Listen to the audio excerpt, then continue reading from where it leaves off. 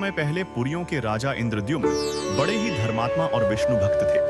वे चाहते थे कि भगवान विष्णु का एक भव्य मंदिर बने और ऐसी दिव्य प्रतिमा स्थापित हो जो मानवता के लिए पूजा और भक्ति का केंद्र बने। एक रात राजा ने स्वप्न में देखा कि स्वयं भगवान विष्णु उन्हें दर्शन देकर कह रहे हैं, समुद्र से जो दिव्य दारू, लकड़ी का विशाल लट्ठा तट पर बहकर आएगा, उसी से मेरी और मेरे सहचर रूपों की मूर्तियां बनेंगी। कुछ दिन बाद समुद्र किनारे एक विशाल और अत्यंत पवित्र लट्ठा बहकर आया।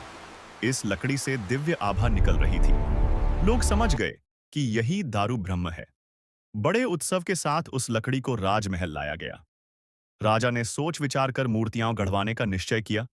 तभी वहां एक वृद्ध बढ़ई आया। वह वास्तव में देव शिल्पी विश्वकर्मा थे, जो मानव रूप में उपस्थित हुए। उन्होंने कहा, मैं प्रतिमा बनाऊंगा, लेकिन शर्त यह है कि काम होते समय कोई भी दरवाजा नहीं खोलेगा। जब तक अंदर से काम की आवाज सुनाई दे, तब तक धैर्य रखना होगा। राजा ने सहमति दे दी। दिन गुजरते गए। कई दिनों तक कमरे से आवाज आती रही, लेकिन अचानक एक दिन भीतर से कोई आहट नहीं आई। राजा की चिंता बढ़ गई। वे अधीर होकर दरवाजा खोल बैठे। जैसे ही दरवाजा खुला, भीतर से वह दिव्य बढ़ई अदृश्य हो गया।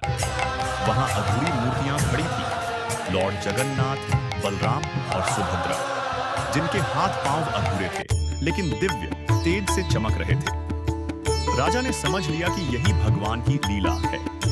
इन्हीं अधूरी किंतु पूर्ण चित्त प्रतिमाओं को मंदिर में स्थापित किया गया। भगवान जगन्नाथ की बड़ी सुंदर गोल आंखें बलराम व सुभद्रा के साथ भक्तों की ओर सदा दर्शन देती रहती है। राजा इंद्रद्युम्न ने पुरियों में विशाल मंदिर बनवाया।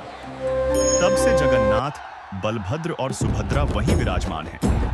हर वर्ष उनका रथ यात्रा उत्सव धूमधाम से निकलता है, जिसमें तीनों विशाल रथों पर सवार होकर भक्तों के बीच आते हैं।